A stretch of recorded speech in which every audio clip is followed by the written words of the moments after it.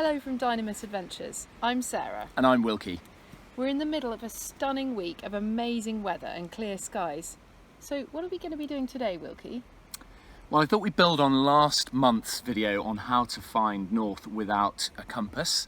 And I thought we'd look at how to find east and west by only using the stars.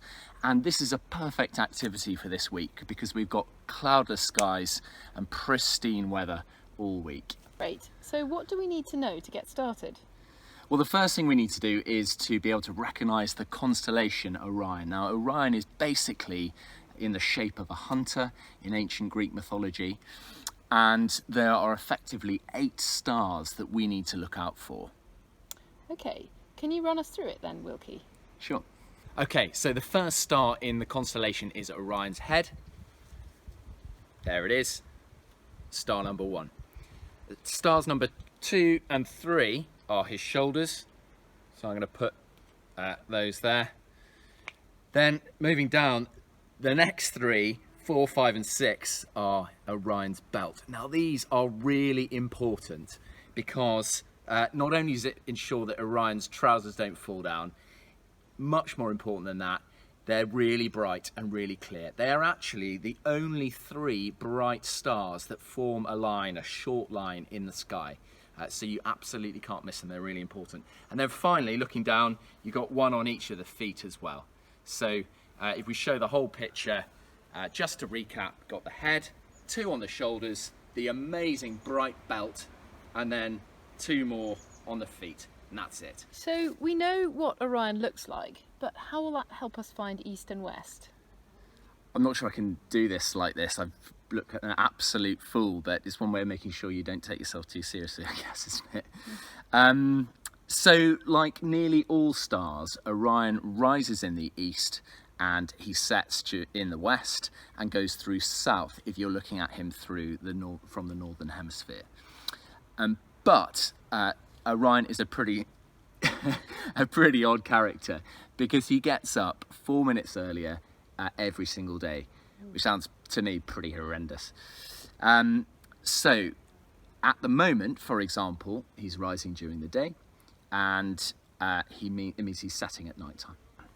Okay, but let's say we look up to find Orion tonight.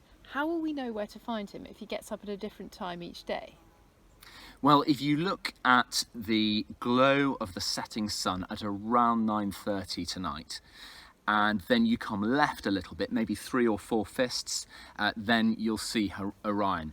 But remember to look out for that amazing belt of 3 stars. That's going to be your real indicator. And when you see him setting, probably around 9:30 or so, about to dip below the horizon, you'll know that you're looking due west. Great. And if you want to head east, what do you do? Okay, well at this time of year, Orion is rising in the daytime, so you're not going to see him when he's in the east. So tonight, you'll need to have a stick ready if you want to find east, and I'm going to show you how. So you're going to take your stick, this is obviously somebody's staircase banister or something like that, and you're going to point it towards west tonight, towards Orion, as you see him setting around 9:30. And line it up, and then simply walk around to the other side, and that way was obviously west, this way is obviously east. Are there any other ways of finding east and west at night? Well, the great thing is that the moon behaves in a very similar way. So it rises in the east, it sets in the west, and so that you can use the moon to do pretty much exactly the same thing. Now, we're going to set you one more challenge. At the moment, Venus is the brightest that it will be until 2028. It is by far and away the brightest and the biggest star in the sky. It's absolutely huge, like a giant spotlight. It's really easy to see.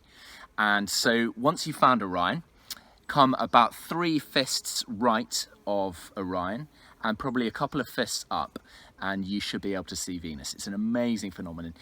If you want, and it's a slightly harder challenge, have a look and see if you can find Mercury, which is slightly below Venus. Great. Well, that's all for now. If you're enjoying these posts, do share and like them. Yes, we'd love to share these activities around during the lockdown in the hope that they may help.